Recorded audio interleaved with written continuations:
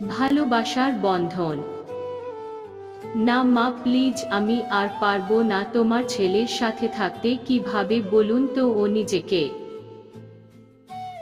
আমিও তো মানুষ, ওর খেয়াল রাখার জন্য তোমরা আমাকে ওর সাথে এখানে পাঠালে। আরও বিয়ের 1 বছর পেরোতে না পেরোতে পাল্টে গেল।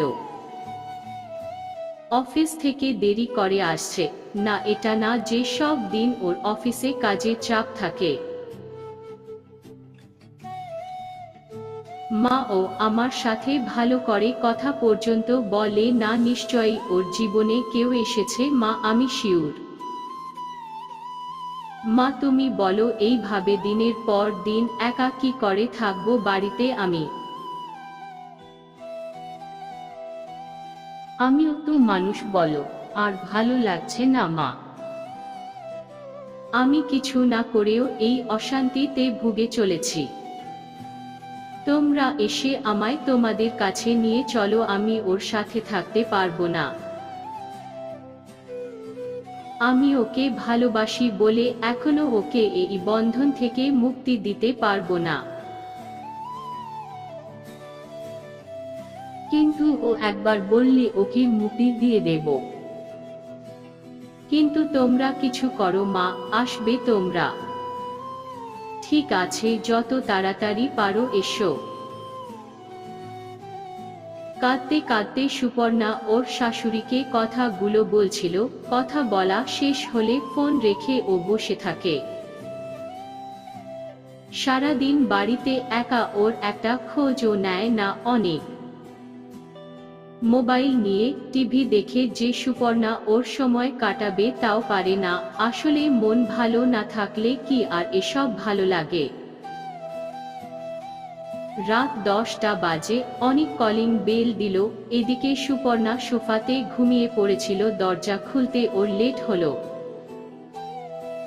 অনেক ঘরে ঢুকে সোফাতে বসে বলল, সারাদিন বাড়িতে থাকো, কোনো কাজ তো করো না সিরিয়াল দেখা ছাড়া। একটু টাইম মতো দরজাটা খুলতে ও এত প্রবলেম। উফ।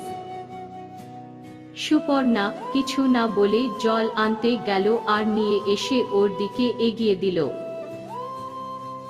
অনেক জল খেয়ে ওকে গ্লাসটা দিয়ে মোজা খুলতে থাকলে দেখল সুপর্ণা ওর দিকে তাকিয়ে আছে। একবার অনেক সেটা দেখে মুখ ঘুরিয়ে নিয়ে নিজের কাজ করতে করতে, কি হলো কি, মুখের দিকে এইভাবে হা করে তাকিয়ে আছো কেন? জল দেওয়া তো হয়ে গেছে, যাও খাবারটা রেডি করো। হা করে দাঁড়িয়ে আছে। আরে কি হলো, কি বলবে তো? সুপর্ণা হওয়ার কি কিছু বাকি আছে? অনেক। তুমি এতটা পাল্টে গেলে কি করে বলো তো? সারাদিন আমি বাড়িতে একা থাকি, একা একা আমার সময় কি করে কাটে একটু তো খোঁজ নিতে পারো। আমায় কি তোমার 5 মাস খাটার জন্য এখানে নিয়ে এসেছিলে? কথা নেই, বার্তা নেই, খালি বাড়ি ফিরে অর্ডার আর অর্ডার। আমিও তো মানুষ, আমার সাথে একটু কি কথা বলা যায় না? আমি তোমার বউ, ভুলে গেছো সেটা? এত কিসের বিরক্তি তোমার আমার উপরে? অনেকগুলো মাস তো নীরবে অত্যাচার করে গেলে। কি করেছি আমি সেটা তো বলো। অনেক কি? কি বললে তুমি? আমি তোমার উপরে অত্যাচার করেছি? কবে তোমার গায়ে হাত তুলেছি আমি, কবে? বলো।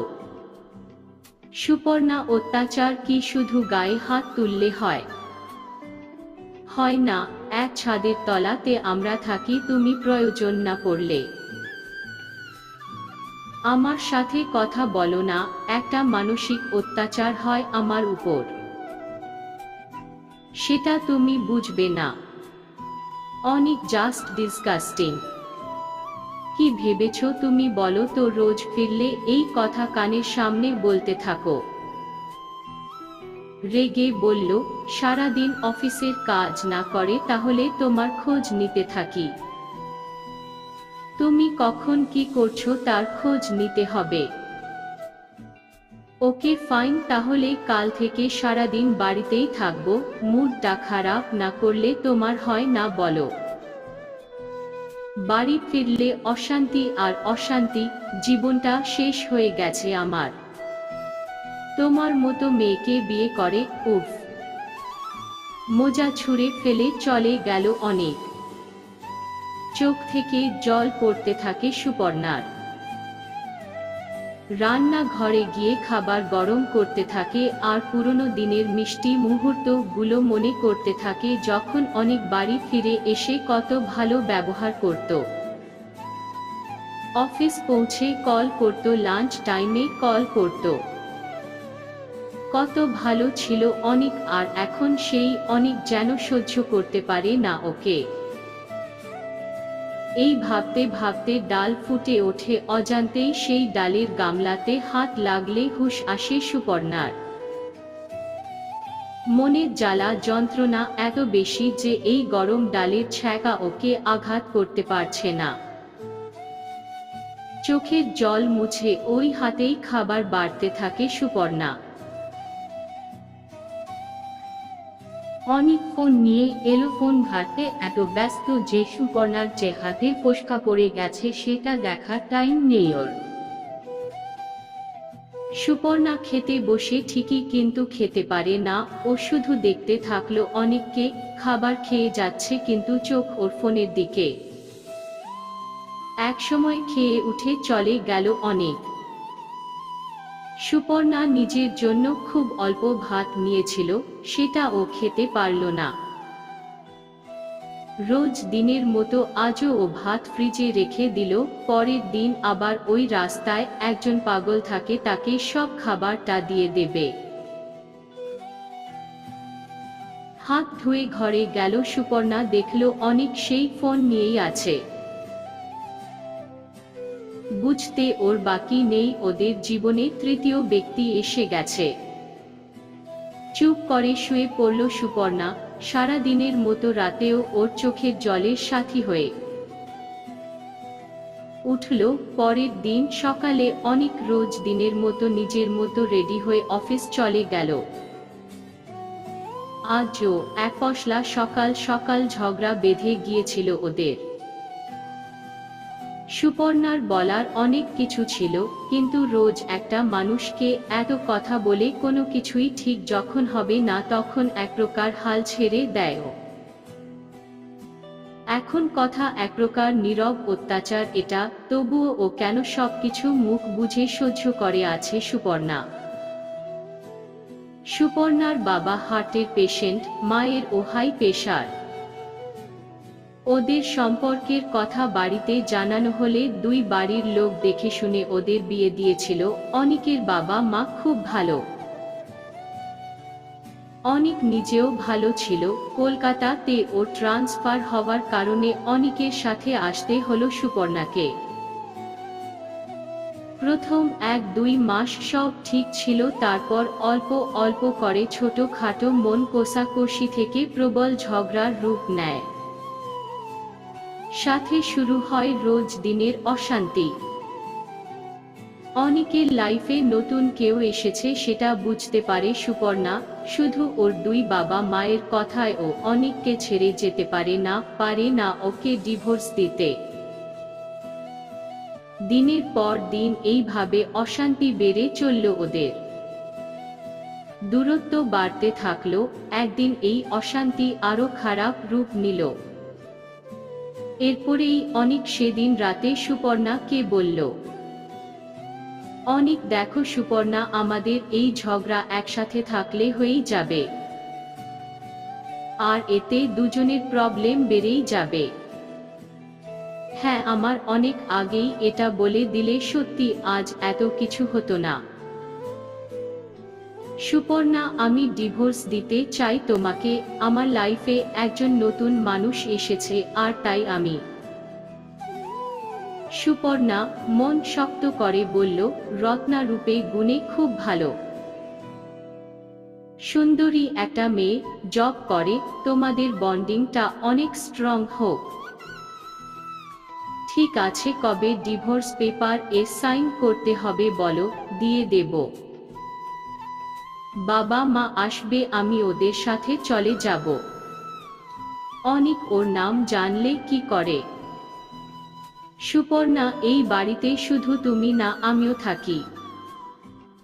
তাই কখনো না কখনো কোনোভাবে অনেক কিছু না চাইতেও চোখে পড়েছে। সেখান থেকেই সূত্রপাত ওর সম্বন্ধে জানার। অনেক খাবে না, উঠে যাচ্ছ যে? সুপর্ণা হঠাৎ আজ এই কথা? ওহ, আজ তো ফোন নেই হাতে। না খাবো না, চিন্তা নেই, খাবার নষ্ট করব না। বারান্দাতে গিয়ে মুখ চেপে কাঁদতে থাকে সুপর্ণা। আজ একজনকে ভালোবাসে বলে ও এত কষ্ট পাচ্ছে, কিন্তু একদিন অনিকও ওকে ভালোবাসে বলেছিল। কিন্তু একটা মেয়ের এন্ট্রি সব শেষ করে দিল।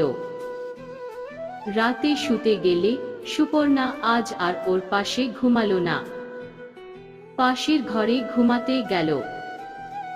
দুদিন পরে অনিক এর বাবা মা এলো। অনিক জানিয়ে দিল আর ওরা উকিলের কাছে গেল ডিভোর্স পেপার এ সাইন করার জন্য। সুপর্ণা নিজেকে বুঝিয়ে সাইন করে দিল, এমনিতেও ওর শরীরে কোনো জোর নেই আর। নিজের সাথে অনেক লড়াই করেছে, আজ ওর সব শেষ, একটা বন্ধন থেকে মুক্ত হয়ে গেল ও। এদিকে অনেক অনেক কিছু বললেও ডিভোর্স পেপার এখন হাতের সামনে এলেও সাইন করতে পারছিল না। কিন্তু সুপর্ণা সাইন করে দেওয়ায় ও সাইন করে দিল। অফিস থেকে বাইরে বেরিয়ে অনিকের সাথে কোনো কথা না বলে ও নিজের মতো যেতে থাকলে একটা ছোট মেয়ে সুপর্ণার সামনে এসে, দিদি তুমি একটা গোলাপ নাও না গো, খুব ভালো ফুল, টাটকা, তোমার বরকে দিও, খুব খুশি হবে, নাও না। সুপর্ণা একটু হেসে মেয়েটার মাথায় হাত বুলিয়ে বলল, দাও দেখি একটা। মেয়েটি ওকে একটা গোলাপ ফুল দিল। সুপর্ণা 100 টাকা দিয়ে, সাথে ওই গোলাপ ফুলটা ওকে দিয়ে, এটা আমি তোমাকে দিলাম আর এই টাকাটা রেখে দাও কেমন? চলে গেল। এদিকে অনিক এটা দেখল, শুধু দেখল। মেয়েটি ওর কাছেও গেল, একই কথা বলল। অনিক সুপর্ণার দিকে এগিয়ে গেল। সুপর্ণা হেঁটে বাস ধরতে যাচ্ছিল, অনিক ওকে ডাকে, বলুন কি বলবেন? অনিক, বলুন। সুপর্ণা বারে, একজন অচেনা মানুষকে আপনি তো বলবো, মাথা নিচু করে বলল। অনিক, গাড়িতে চলো, এখনো তো একই বাড়িতে যাব। আর তোমাকে দেখে আমার ঠিক ভালো ঠেকছে না। আই থিঙ্ক তুমি একটু অসুস্থ। সুপর্ণা, না আপনি যান, আর আমি সুস্থ কি অসুস্থ সেটা আমাকে বুঝতে দিন। বাকি পথ আমাকে একাই যেতে হবে, তাই আমি আমার পথেই ঠিক যেতে পারবো, এগিয়ে গেল সুপর্ণা। অনেক কিছু না বলে পিছন ফিরে ওর গাড়ির দিকে যেতে থাকলে হঠাৎ করে একটা শব্দ, লোকজনের আওয়াজ ওর কানে এলো। হঠাৎ ওখানে কি হলো দেখতে গিয়ে ও দেখে সুপর্ণা রাস্তায় পড়ে আছে, মাথা ফেটে রক্ত পড়ছে।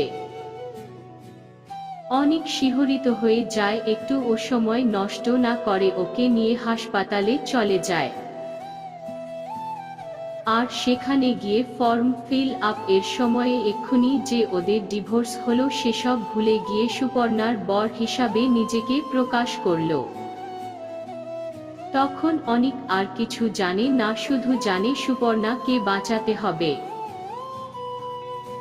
কিছুক্ষণ একা বসে থাকায় অনেক সুপর্ণার কথা ভেবে কষ্ট পায় আর মনে মনে ভগবানকে ডাকে ওর যেন কিছু না হয়। অজান্তেই চোখের জল গড়িয়ে পড়েছিল। ডক্টর এসে জানায় খুব বড় বিপদ হতে পারত, কিন্তু সেটা হয়নি। তবে ডক্টর এটা জানালো ওকে ওনারা ওখানে কয়েকদিন রাখবে। ডক্টর এটাও জানায় যে খুব দুর্বল সুপর্ণা, হয়তো ঠিকঠাক না খাওয়ার কারণে। অনিক চাইলে দেখে আসতে পারে সেটাও বলল। অনিক সুপর্ণার সাথে দেখা করতে যায়, কিন্তু ওর কাছে যায় না। কোন মুখে যাবে ও? আজ এই সব কিছুর জন্য দোষীও। এদিকে রত্না ফোন করলেও অনিক ফোন রিসিভ করল না। বাড়ির লোক এখানে এসে যায়, অনিক ওদের খবর দেয়। অনিকের মা নিজের বউকে এইভাবে কষ্ট দিতে তোর বাঁধেনি। যা, ওই নোংরা মেয়ে যাকে নিয়ে থাকতে চাস তার কাছে যা। ছি, আমাদের ভুল, তোর মতো একটা কুলাঙ্গার ছেলেকে জন্মানোর পর কেন মেরে ফেললাম না। সুপর্ণা অন্য বাড়ির মেয়ে, ওকে কথায় ভালো করে রাখা আমাদের থেকেও তোর কর্তব্য বেশি, কিন্তু তুই বৌমাকে নিয়ে তোর ভাবতে হবে না, তুই যা যেখানে পারিস। কথাগুলো অনিকে আঘাত দেয়, কিন্তু দোষী তো এর জন্য ও নিজেই হাসপাতাল থেকে বাইরে বেরিয়ে ও সামনে একটা ফাঁকা জায়গায় দাঁড়িয়ে অতীত বর্তমান সব মনে করতে থাকে। একদিন পুরো ও একা থাকে, তারপর ঠিক করে সুপর্ণার ওর জন্য যখন আজ এই অবস্থা, তখন ওকে সুস্থ করে তোলার দায়িত্ব ওর। বাড়ির লোকের সাথে কথা বলার পর ওই হাসপাতালে থেকে যায় অনেক। সুপর্ণা খুবই দুর্বল ছিল, সাথে এই অ্যাক্সিডেন্ট ওকে আরো অসুস্থ করে তুলেছিল। জ্ঞান ফিরলেও ওর চোখ খুলে তাকানোর মতো ক্ষমতা ছিল না। দুদিন কেটে গেলে ডক্টর এর পরামর্শ নিয়ে ওকে বাড়ি নিয়ে এলো অনেক। আর ওর সেবা করতে থাকে। সুপর্ণা এতে অবাক হয়, যেই মানুষটার ওকে নিয়ে ভাবতে ভুলে গিয়েছিল সে ওর সেবা করছে, মিনিটে মিনিটে ওষুধ খাইয়ে দিচ্ছে। কিন্তু এটা ওর ভালো লাগছে যে অনিক এখনো ওকে নিয়ে ভাবে, আর অনিক সে আবার যেন সুপর্ণার প্রেমে পড়ছে নতুন করে। ও ভুলেই গেছে রত্নার কথা, এখন শুধু ও সুপর্ণাকেই সুস্থ করে তোলার চেষ্টা করছে, ওকে সঠিক সময়ে খাবার খাইয়ে দিচ্ছে। দেখতে দেখতে আরো কয়েকদিন কেটে গেল। কাল ভ্যালেন্টাইন্স ডে। সুপর্ণা আগের থেকে অনেকটা সুস্থ। আগের বছর এই দিনটা ওর কাছে কত স্পেশাল ছিল, কিন্তু ও তো এখন আর অনেকের কেউ না ভাবলেই ওর মন খারাপ হয়ে যাচ্ছিল। চুপ করে দাঁড়িয়ে থাকে ও। অনেক, এখন মাথায় কোনো ব্যথা নেই তো? সুপর্ণা, না, ঠিক আছি। আপনি আমার শুধু একটা টিকিট কেটে দিন, আমি আমার বাড়িতে ফিরতে চাই। অনিক, ওকে, বাট আজ থেকে কাল যেও, আমি নিজে তোমায় বাড়ি পৌঁছে দেব। সুপর্ণা, কাল যাব কেন? কাল কি আছে? অনিক, আসলে রত্না কাল একটা পার্টি রেখেছে আমার আর ওর, এই রিলেশনশিপ স্পেশাল, তাই আমি চাই তুমিও চলো, তোমারও শরীরটা ভালো হয়ে যাবে। সুপর্ণা, শরীর ভালো হয়ে যাবে সেই? ঠিক আছে, যাব। মন খারাপ নিয়েই সুপর্ণা থাকে ওখানে। আজও যে অনেককে ও ভালোবাসে আর অনেকের যত্নে যে সুস্থ হয়ে উঠছে ও। এই কটা দিন যেন অনেক ওর এত কাছে ছিল, তাতে সুপর্ণা ভাবছিল অসুস্থ থাকলেই হয়তো ভালো ছিল। পরের দিন অনেক এই শাড়িটা পরে সেজে গুজে যেও আজ। সুপর্ণা, এক্স ওয়াইফ গেলে প্রবলেম হবে না আপনার? অনেক, না, এরপরে অনেক ওকে নিয়ে একটা জায়গায় এলো। জায়গাটা খুব সুন্দর করে সাজানো ছিল, কিন্তু কেউ ছিল না। সুপর্ণা, সবাই কোথায় গেল? এখনো কেউ তো আসেনি। রত্না কোথায়? মানে আপনার বউ? অনেক, আমার বউ তো আমার কাছেই আছে, আর রত্না কোথায় আমি জানি না। সুপর্ণা, মানে কি বলছেন? কে বউ আপনার? অনেক, কেন তুমি? সুপর্ণা, আমাদের বিচ্ছেদ হয়েছে, ভুলে যাবেন না। তাহলে সিঁদুর কেন মাথায় মুছে ফেলো না? চুপ করে যায়। অনেক, আমি জানি ভালোবাসার বাঁধন এমন, যেখানে একবার বাধা পড়লে আর বেরিয়ে আসা সম্ভব নয়।